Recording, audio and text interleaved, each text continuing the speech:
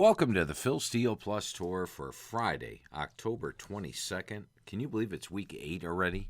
Over halfway done with the college football season and only 6 weeks to go of the regular season. But I'll be with you each and every week, giving you these Phil Steele Plus Tours absolutely free. And hopefully they're very profitable for you. How about those quick hitters last week? Gave you 5 quick hitters, which didn't count towards the record, but went a perfect 5-0.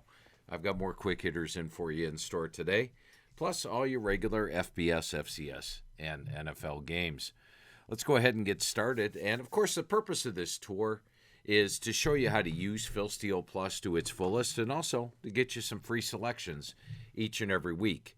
Let's start with the Wyoming and New Mexico game. Wyoming's laying 20 points in this one, and I like Wyoming minus the points, and here's a couple reasons why. First of all, you remember a couple weeks ago I talked to you about streaks, and if you didn't catch that, I gave you a nice little analogy playing the roulette. That was 2 weeks ago's Phil Steele Plus Tour. Make sure you check that out. But when you play on a streak, you can win many times and you lose only once. What we find with New Mexico, they are a perfect 0-7 against the spread. And I think what we'll do, Todd, in the next week or so, we'll have the spread logs up on philsteele.com so you can actually take a quick glance and see wins and losses against the spread. Much like we have at the bottom of the magazine, we'll have those logs up and available for you on philsteele.com. Maybe even this week. Maybe Todd will get around to putting them up there this week. We'll see what happens. But let's take a look at this Wyoming-New Mexico game. New Mexico comes in 0-7 against the spread, so naturally you want to play against them. But there's more than just that. All right, let's take a look, first of all, at Wyoming. Now, Wyoming was disappointing last week. They lost to Fresno State 17-0. But let's take a quick look at the box score of that game. There's only 3 scores in the game. But look at this. The total amount of yards on these 3 scores. Fresno went 41 yards after a turnover for a touchdown. They went 6 yards after a turnover for a touchdown. And they went 3 yards after a turnover for a field goal. So a total of 50 yards offense for 17 points. Once again, I'd like to throw a shout out to collegepressbox.com. They let us post these box scores on my website. Can't thank them enough. Thank you, Ted Ganji. He's the one that runs collegepressbox.com, allows me to post these. I go through the play-by-play of every single game every Saturday and Sunday during the season. And what you do here, I mean, you've got the individual stats, you got the tackle stats, you got your drives, and then you can actually go through and get every single play of the game. And I like to go through every play of the game and sort of relive how the game was played. And in this one, it was turnovers. Turnovers were the key things. 50 total yards offense for Fresno State on their 3 scoring drives combined. So Wyoming's defense, still pretty good, holding opponents to 68 yards per game below their season average. In fact, over the last 4 weeks, holding opponents to 114 yards per game below their season average. It's another reason to like this one. Let's look at New Mexico the last 4 weeks. Look at their offense, 288, 226. They are averaging 197 yards per game the last 4 weeks. Now, when you're looking at your team pages, this gives you the average for the season right here. Very important. I use them all the time. Even gives you an average game grade out here. The average game grade right here, the 79.7, what that takes into account has nothing to do with New Mexico's power rating. It only looks at the total yards, the total points, both offensively and defensively, and their opponent and where the game was played, and gives you a game grade. So they're a game grade for the season, 79.7. But we also give it to you in home games, in away games. So as you can see, they actually have a higher game grade on the road than they do at home. Non-conference, conference games, and then the last 4 weeks. That really tells you how the team's doing lately. Throw out a couple of the early games. So use this line. I use it. We're going to use it on this update for numerous games this week. But right now, New Mexico averaging 197 yards per game the last 4 weeks. Wyoming holding their opponents to 114 yards per game below their season average. That means New Mexico gets only 83 yards. You think, well, 83 yards, that's a ridiculous number. They only had 79 yards last week, guys, so it's quite possible. They got outgained by 373 yards last week. And you look at the quarterback situation for them. They began the year with the Kentucky transfer, Terry Wilson at QB. Much was expected. Wilson got injured and hasn't been playing that great. They went last week with C.J. Montez, a freshman, 3 of 19 for 11 yards. Utilize these individual player stats, these statistical leaders. You click right here on individual player stats. That's game by game, all season long. You can see when players are getting hot and when they're not. Give you an example. Let's take a look at Iowa State. And I'm getting off track here on the Wyoming-New Mexico game, but I do want to show you the value of this. Iowa State, if you follow them at the beginning of the year, they started slow, but one of the reasons could be traced right here. And I'll pull this over. Look at the individual stats. Breece Hall, who came in as a Heisman frontrunner, 69 yards rushing on 23 carries, 69 yards rushing. So he got off to a slow start. And then 100, 190, 123, 197. And look at Purdy. Purdy went from throwing for just 138 here to 288, 263, 245, 208, because defenses now have to pay attention to Breece Hall. So utilize these individual player stats when you're breaking down a team. It's available not only for this year, but it's available for last year. You want to go back and get that. And if you're a fantasy player, you'll find these invaluable. You can go all the way back. We've got these archived. I mean, we do the stats weekly. We've been doing the stats weekly for me all the way back to 2010. You can get the individual player stats on every single game. There it is broken down. We had a little different format back then. But all this information on every team, the red, the green, the individual leaders, it's all available on every single team. And also, one thing I want to point out, once again, getting off track on Wyoming, but the purpose of this is to show you how to use this to its fullest. Look at the last 40 years' results. You could take Iowa State all the way back to 1976. So you want to know any game, any spread for the last 45 years, it's here. And what we did here is they started putting over-unders in the 1990s, late 1990s, on a couple of marquee games. Then they started putting them on every game. I have followed every game since 82 as far as charting the numbers. Actually, probably back since 77, I've been charting the numbers on them. And once they did start putting the totals here, we've got them here on every game. And then we started putting half times in 2004. These are valuable as well. And that's on every single game. Plus here, look at the coaches. Jim Walden, Dan McCarney. McCarney did a great job. Gene Chizik was actually the head coach of Iowa State. Did you know that? There he was in 2 years. Paul Rhodes. And, of course, the job Matt Campbell has done. You can follow along with that with the complete team stat leaders, and these get updated every single season. Let's get back to that Wyoming game. I guess I pretty much covered every reason that I would like this game. As you can tell, let me go get New Mexico over here on the left, and we will put Wyoming on the right. Where's New Mexico? Here we go. There they are. So over the last 4 weeks, Wyoming playing to a 98 average. They're playing to a 78. They're off 2 losses. They need a win. These guys are going to struggle to score. Your biggest question is, can Wyoming get over 20 points? I think they will. They've had the games before. They put 45 on Ball State at home. They've got 50 here, 24 here, and they're playing a defense. Look at the red numbers here on defense. They will allow you to run the football. That's when they're at their best, when Valladay's running the football. Take a look at Valladay's rush numbers. Here's your 2 losses. He had under 100. When Valladay's getting 100 yards, they're getting their points. He'll get 100 here against this defense. So with Valladay running the football, I like Wyoming. I'm going to lay the 20, and I'm going to call for the shutout. Let's go for the shutout here. Wyoming to shut out New Mexico this week. All right, your second game. Now, last week on this tour, we had Purdue over Iowa, as you recall. And that one worked out pretty good. We're going to put Purdue on the right. They are the home team. We're going to put Wisconsin on the left. And it's interesting. A lot of folks, I was watching, I believe, the Big Ten Network, and they're like, okay, who is going to win the West? There are 3 teams with 1 loss. Those teams are Purdue, Iowa, and Minnesota. Which one of those 3 will win the West? And my answer is actually none of the above. I still think Wisconsin can win the West. And I know Wisconsin's record is 3-3 right now. And I had Notre Dame against them. I had Penn State against them here. The only game I went with them that they lost was Michigan.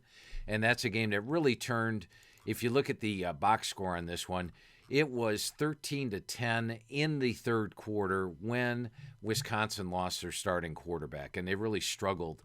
And granted, Graham Mertz has been no ball of fire, but Chase Wolf really struggled in that game. And Michigan turned it into a blowout. Since then, they beat Illinois, beat Army. Now, here's the thing. Had they beaten Penn State, and keep in mind they had a 62-yard edge in the game. Had they beaten Notre Dame, keep in mind they had a 72-yard edge in the game. Let's say they were 5-1 at this point, or they didn't lose Mertz against Michigan and were 6-0. Everybody would be talking about Wisconsin's defense. Everybody talks about Georgia's defense. Let's go take a look at Georgia real quick. And Georgia does have the best defense in college football.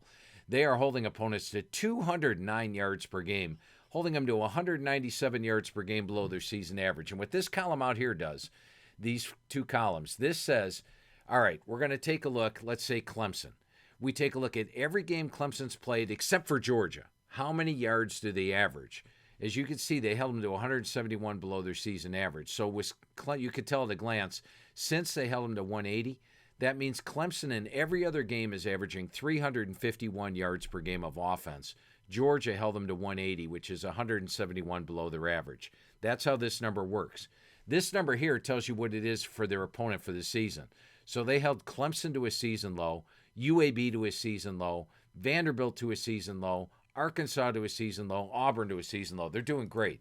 Well, look at Wisconsin. This is 209. They're at 226. This is 197. They're at 176. And look at the season lows. 4 season lows and 2 games they weren't. Wisconsin's defense just as good as Georgia's. And Wisconsin's offense not as good as Georgia's, and it has struggled. But I think they can get this thing going. They've got the weapons. And you go back to this game last week against Army. They did go and score in their first 2, or in the second quarter, on these 2 long drives, and led this thing 13-0 at the half. They led 20-7. And if you go through the play-by-play here, it's 20-7 Wisconsin. And go to the fourth quarter. Army gets the ball. And this was a key play here. If you're watching the game, you know what play I'm talking about. They throw a deep pass. Where's that? That's 25-yard pass. There was a long pass. Must have been this 25-yard pass here. No, it was deep in Wisconsin territory. Here it is right here. Pass to Howard, 36 yards. Great catch. 36 yards all the way down to the 6, and they get a touchdown late in the game. Those are a lot of the yards that Army gained was late against Wisconsin. So you have a really good Wisconsin team. They catch Purdue now off that huge win over Iowa. Remember, one of the reasons I liked Purdue last week was Iowa was off a big win. Well, now Purdue's off a big win. Now, Purdue is playing good defense. I'll give them that. And last week, they moved against a pretty good offense. They had 190 yards per game above. But they also lost to Minnesota at home. I was disappointed there. I had Purdue over Minnesota. Purdue had a 448 to 294 yard edge, 28 to 12 first down edge, and they ended up coming up short. Now, as you recall, last week, when I showed you Purdue over Iowa, if you click on the opponent, it tells you how they do against them. And I mentioned when I did that Purdue had actually won 3 of the last 4 games against Iowa. Now it's 4 out of 5. They do well against Iowa. So they do well against Iowa, and they had them in a really good situation. Okay, Wisconsin. Let's take a look at how Wisconsin does against Purdue. Now, if you look at this column right here, this tells you whether they won or lost the game. You don't have to look at the score and see if they won or lost. If it's green, they won the game. If it's red, they lost the game. That's 1, 2, 3, 4, 5, 6, 7, 8, 9, 10, 11, 12, 13, 14 straight years Wisconsin has defeated Purdue. Now let's look at the spread. Once again, don't try to figure everything out. How much were they favored by? Did they win? Did they lose? If it's red, they didn't cover. If it's green, they covered. You got 11-3 against the spread. So you got to like that. And look at how the home team has done in this series. The home team over here, if the word is win or lost, that means they won or lost the game straight up. If it's red, that means they did not cover the game. So the home team has actually lost 6 in a row against the spread. We got a lot of red here. We only have 4 home wins in this series. And if you look when Wisconsin goes to Purdue, which is every other year, the home team lost, the home team lost, the home team lost, the home team lost, the home team lost, the home team lost, the home team lost. They dominate Purdue on the road. The last time Purdue actually won at home, 1997. So not even this millennium has Purdue defeated Wisconsin at home. So you've got it, just like last week when we liked Purdue over Iowa, you've got a team that does well in the series, that catches the other team off of situation, and also they're struggling to run the ball. I think Wisconsin, let's go take a look at where Wisconsin's pass defense is this year. If you go to the home page and you click on FBS info, you can get to pass efficiency defense. Wisconsin should be up here. Well, they're number 23. So they're good pass defense. They're allowing a 6-2 ratio so far this year. Let's see where Iowa is. Iowa should be up here as well. And Purdue did move on Iowa, but actually Iowa's down here, which is surprising because Iowa's got a really good defense. They can't be down that low. I must have missed them. Iowa's number 2. Okay, so they do have a good pass D. Wisconsin has a good pass D, but I like the situation. I like the fact that they dominate the series. And I really think at the end of the year, if you look at Wisconsin, they get Purdue this week. They host Iowa. I think they can win that. They play Rutgers on the road, Northwestern, Nebraska, and at Minnesota. I really think they can run the table. If they do, they win the Big Ten West. So I'm giving you 2 predictions here. Wisconsin to win the Big Ten West.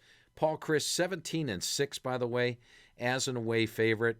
And another factor, and I'm going to bring this up a little bit later, teams that aren't ranked for a long time usually struggle with the first week they become ranked. 64% of the time they lose against the spread. And if you look here, this tells you if the team was ranked or not. When is the last time Purdue has been ranked? I'm looking. Here it is, 2007. And what happened that rare time that Purdue got ranked? Guess what? They didn't cover the next week. They were a 5-point dog against Michigan, lost 48-21. So in the rare thing where a team has not been ranked for a long time and they get ranked, they don't fare well 64% of the time. We got a lot going for us here. I like Wisconsin. A lot of folks are wondering, why is Wisconsin favored over Purdue? I just told you why. I like Wisconsin, -3 over Purdue. All right, we just went Big Ten. We went MAC. Let's go Sun Belt. And we're going to take a look at the Sun Belt game. We're going to take a look at a Texas State team that may be a little under the radar, and I'll explain that to you in a minute. And they are taking on Georgia State this week. I like Georgia State. I like what Elliott does there. I like this game they played against Auburn. Remember, they led Auburn 24-19 in the fourth quarter with a minute to go. Auburn had to convert a 4th and 7. This is a good Georgia State team, no doubt about it. But this week, I like Texas State plus 10.5, and here's some reasons why.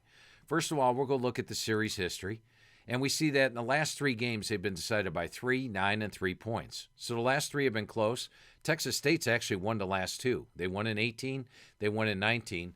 Texas State's getting 10.5. So series history, and over here, we take a look at the visitor, home and visitor. The home team is 2-4-1 against the spread. Texas State's on the road. They can win here at Georgia State. So I like the series history does give us an edge to Texas State. But here's the hidden value you may not know about. And I've mentioned this in the Inside the Press Box newsletter that I put out each week. If you read my Texas State write-up each week, I mentioned it here for the South Alabama game. I mentioned it here for the Troy game. Against Incarnate Word. Now keep in mind, they open up against Baylor. Baylor's a doggone good team. They only lost by 9. That's a good game. They beat Florida International on the road. Then, due to COVID restrictions and injuries, they were down 20-plus players against Incarnate Word. They lost. They were down 20-plus players against Eastern Michigan. They lost. Then what happened? They had a bye week. They got their players back. I liked them against South Alabama, and guess what? They go to overtime. They win in overtime 33-31, and they had a 399-329-yard edge. Last week against Troy, tough loss for Texas State. I like Texas State plus the points. Should have won the game outright. Middle of the fourth quarter, they're up 28-24 and have the ball. Interception return for a touchdown, and they don't get it. Let's see what happened on their last 2 drives. Just to bring it back to my memory here. So they throw the interception return for a touchdown, then they punt, and they're intercepted on their last drive. And that's it for the end of the game. They end up losing by 3, but covering against Troy. So take these 2 games out here, the ones that they were down 20-plus players. They're actually 4-0 against the spread this year. I like that. They're getting 10.5 in this one. And I did the math. We don't have it here. You can't look under last 4 weeks. But I took these 2 games out where they played at the 69-66 level. I took these 4 average game grades, put them together, divided by 4. You could do this when you've got these things up on your screen. That's an 87.7 average game grade when they're not missing 20-plus players. Once again, the average game grade, I love this stat because, once again, it has nothing to do with the team, just the opponent, what actually happened in the game, not just the score, but also the yards. Well, look at that, 87.7, and Georgia State's only playing at an 88 level for the year. That means Georgia State 4-point favorite in the game. Once again, they're laying 10.5 points. And we've got a Texas State team that's way under the radar. And here's the other factor.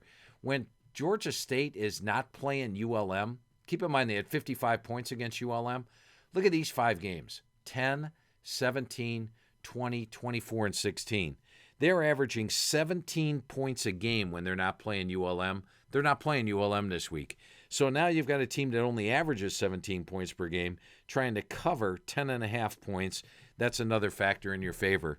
Take Texas State plus 10.5 over Georgia State as one of your official plays.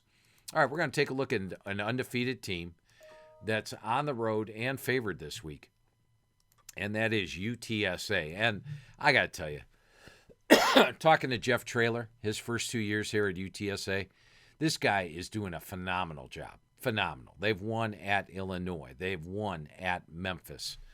They have won at Western Kentucky. They are a perfect 7-0, 100%. There's a lot to like about UTSA. Let's take a look at who's doing what. Sincere McCormick at running back. He gets his 100 yards again. Remember last year he's the nation leader in rushing, one of the top guys. And he's starting to round into form. You got to like that. Frank Harris playing well with a 14-3 ratio. A lot to like about UTSA. This week, though, I like Louisiana Tech. And here's why. Let's click on Louisiana Tech. Get them here on the right because they're the home team.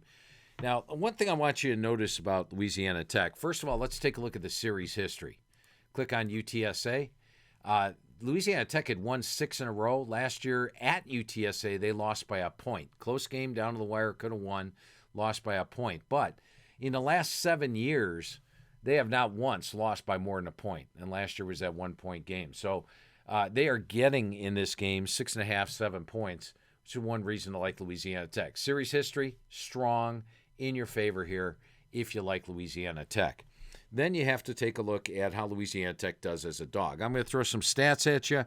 You could go back and look it up if you want to right here under the last 40 years. You could go look it up in their magazine. It's got the home dog and away dog factors in there. Just look at the numbers. They're all broken down. I did the work for you.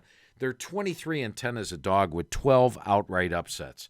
This year they could, very nearly have had 3 more outright upsets. You go back to this Mississippi State game.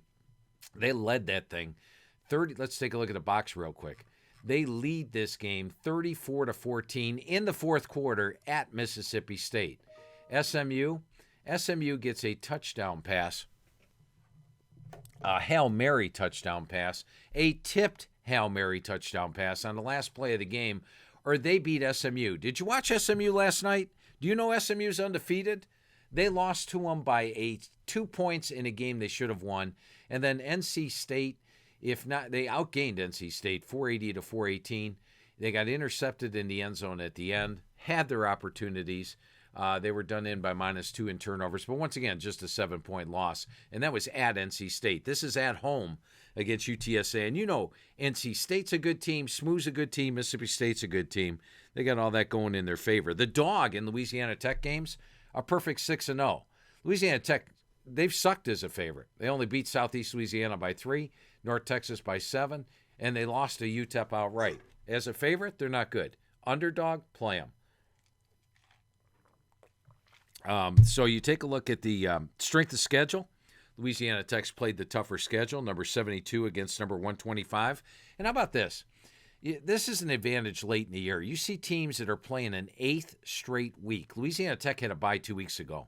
So Louisiana Tech's a fresher team. They're at home. UTSA is playing an 8th straight week. It's their 4th road game in that stretch. The situation favors Louisiana Tech. And here it is. That ranking thing I talked to you about, 64% play against teams that are ranked for the first time in a long time. UTA is not ranked for the first time in a long time. They're ranked for the first time ever. That's right. They've never been ranked. So now you're talking about remarkable air for them to be breathing, that they've never been ranked. Everybody patting on the back. They're playing probably a little tight. They're 8-0. They don't want to lose. They want to stay unbeaten. They've got winnable games on deck. And the situation really favors Louisiana Tech. I say it's unbeaten pressure this time of year, more than it's great to be unbeaten necessarily. So I'm going to call for the upset. I'm going to say Louisiana Tech at home pulls the upset of UTSA. All right, we got one more FBS game to go over, and we're going to take a look at Colorado State against UTSA. Now, I talked to you about Colorado State last week. They delivered for us in their victory, and we're going to pull this one up here. I believe Utah State is the home team. So let's go to the Mountain West. We're going to put the home team on the right like we always do. Run them up there. And let's get Colorado State and put them on the left. And put them over here. Last week, I had Colorado State over New Mexico. I told you when I talked to Coach Adazio post-spring, he felt they had the best defense. Sorry about that. He felt they had the best defense in the Mountain West. Now, after 2 games, I was down on him. I'm like, you know what? You just lost outright to South Dakota State and Vanderbilt, 2 teams you were favored over. But look at this. 283, 278, 267, and how about 79? Over the last 4 weeks, they're allowing 227 yards per game, holding their opponents to 110 yards per game below their season average. He might have been right. They've got a pretty good defense. And Colorado State delivered for us here on the tour last week. Now we take a look at another thing, and that is, and look at the teams they've been playing, by the way. You think they've been playing chopped liver? They played Iowa and Toledo. Toledo's one of the best teams in the MAC. Iowa was number 2 in the country last week. San Jose State's the defending Mountain West champ. New Mexico, yeah, chopped liver. But pretty much they've played some tough teams. Now let's take a look at the last 4 weeks. If you look at the last 4 weeks, eliminate these first 2, just see how they're playing. Colorado State's playing to 112.9 level. That's pretty good. Meanwhile, Utah State the last 4 weeks, they got that upset of Washington State. They beat North Dakota. But since then, they only beat UNLV by 4 last week. They needed a late score to do it. They lost to BYU by 14, lost to Boise. They did beat Air Force. So over the last 4 weeks, they are playing to a 96 level. Colorado State's a 3-point road favorite. Even if I gave Utah State a 3-point home edge here, that's 99.2. That still says Colorado State wins this game by 113 or by 13.7. So you got to like that if they're up by 13.7. It's my last 4 weeks game of the week. We'll call it that because you've got a team that is double digits difference on the last 4 weeks numbers, playing great defense. And I think they'll be able to win this one on the road. I really like what Colorado State is doing. All right, I promise you some quick hitters. Let's get to your quick hitters for the week. We're going to go with Kansas, -7. Or excuse me, I don't know what I'm saying there. Kansas has actually lost 7 in a row against the spread now. Let's make it 8 in a row. They're playing Oklahoma this week. It's a huge number, but I am going to take Oklahoma minus points over Kansas as a quick hitter this week.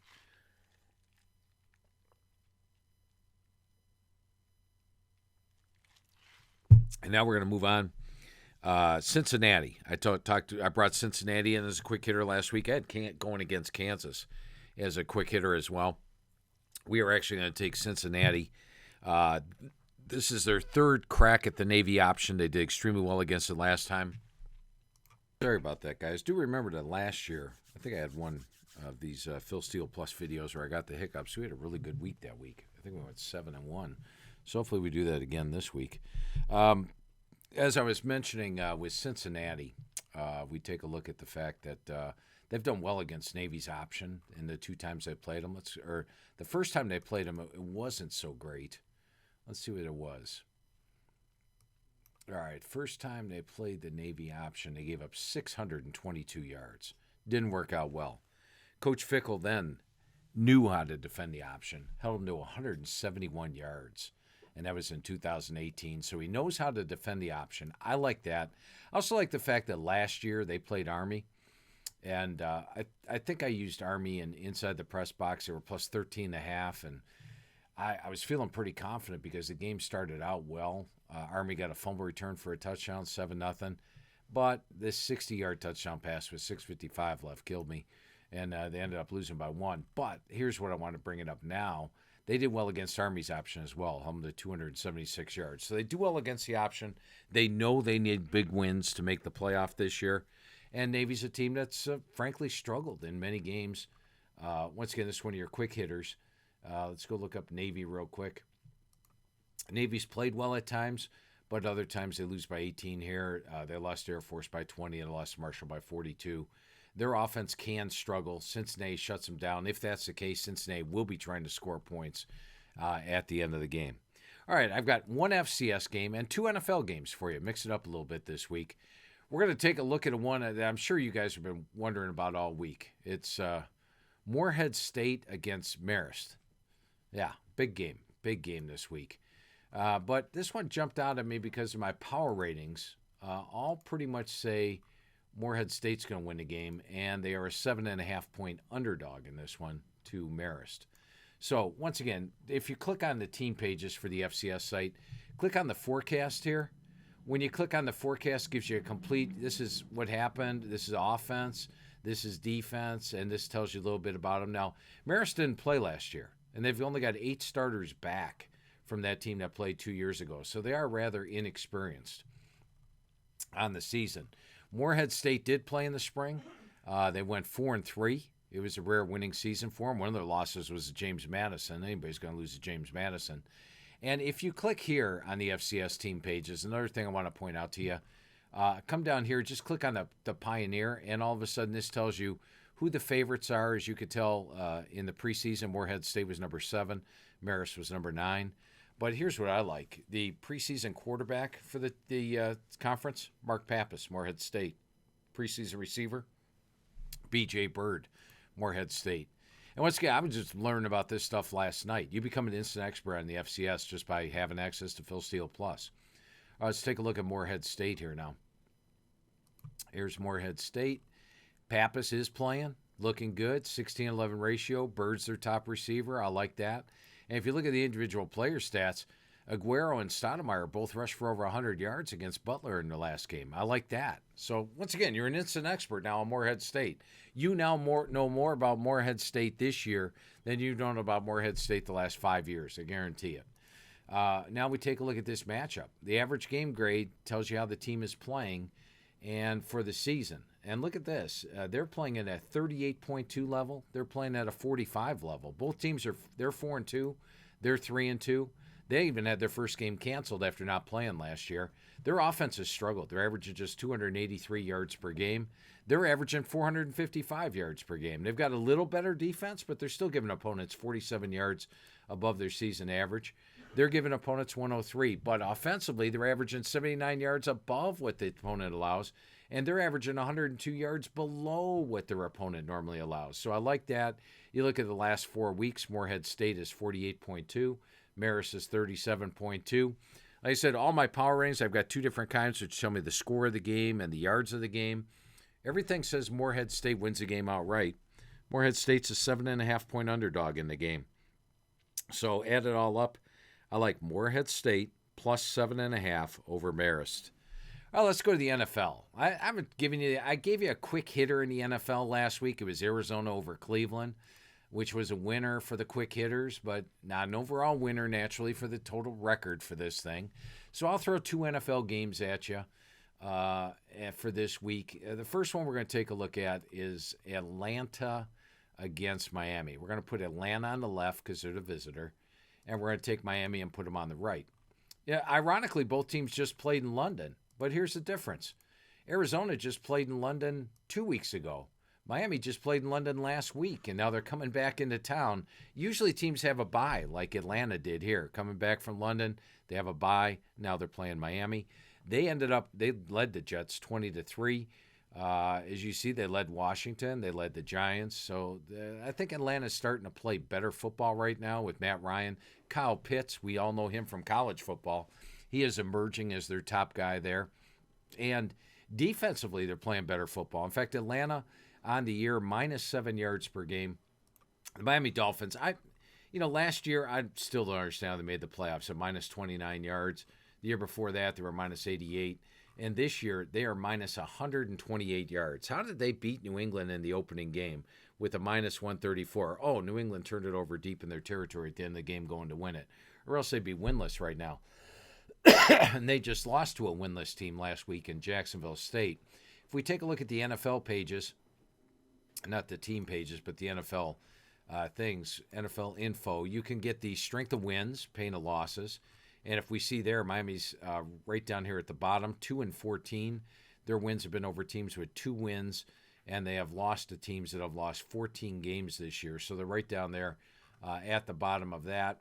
And then we take a look also under the NFL, and I like this one, which is the offensive average versus defense. Miami's dead last. They gain 71 yards less than their opponents allow, 47 yards per game. More than what their opponents normally gain is what they allow. Atlanta's not great, but they're up here at number 20. So they are the better team. They're minus 41. They're minus 119. I like that. And then you look at the last 4 weeks. The last 4 weeks, Atlanta got off to this slow start, but they're starting to play better. Let's go to team pages here. Click on Miami. Click on Miami here, and they are minus 134 yards in the last 4 weeks. The Atlanta Falcons are plus 35 yards the last 4 weeks. So you've got the better team in Atlanta, laying 2.5, and the situation really favors them here. They're off a bye, and Miami just traveled to London. Now they're traveling back home, and that's got to be a little bit of an inconvenience as well. So add it all up, we're going to take the Atlanta Falcons minus 2.5 over Miami. The other one we're going to take a look at is Carolina. And as you know, Carolina opened up 3-0. They played some weak teams early on, and they opened up 3-0. Well, guess what? This week they're playing a weak team. They're playing the New York Giants. So if the knock on them is they only beat weaker teams, they're playing a weaker team this week. And the Giants, of course, missing Barkley, and they're missing their top receiver. So you look at this matchup here. Carolina opened up the year 3-0. On the season, they're plus 46 yards per game. The Giants are minus 41 yards per game. So you definitely have the better team here. The Giants last week, with their depleted offense, got rolled over by the Rams. They got rolled over by Dallas. They did beat New Orleans, much like Carolina did, which is a good factor in the Giants' favor. But that was, I think they had Barkley for that one. Let's see if they did. Let's see if Barkley played against New Orleans. Here's New Orleans. Here's Barkley. Yeah, he played in that game, 52 yards. And then Barkley got injured right here. He had 2 carries against Dallas and then out here for Barkley. And Galladay, their top receiver, he had 6 for 116 against New Orleans. He missed Dallas and the Rams, and I believe he's going to miss this week as well. So the Giants were fully charged up for that one. They're just 1-5. Carolina, Sam Darnold, I'm sure, is very familiar playing in this stadium. He played with the Jets. Just a nice factor. The Giants are just 4-16 as a home dog. We've got an NFL book, by the way, and I don't want to, this isn't like a sales thing or anything, but if you did want to go back and go to the store, let's click on the store real quick. We should still have the NFL book for sale. It's got all your spread records here for all the NFL games. See complete records here, and then all the stats. This is over-unders, and this is against the spread, and it's got all this for you on every team. That's the workbook there. And, of course, if you want to get Phil Steele Plus, it's right here. Phil Steele Plus, $69 for the year. If you just want to access the FCS, become an instant FCS expert, $29. But $69 takes you to the Super Bowl, guys. That's all of November, the rest of October, all of December, all of January, into February for the Super Bowl. You're talking about a couple bucks a week, and you have access to all this information. So anyway, you got a really good team in Carolina that needs a win against a banged-up Giants team.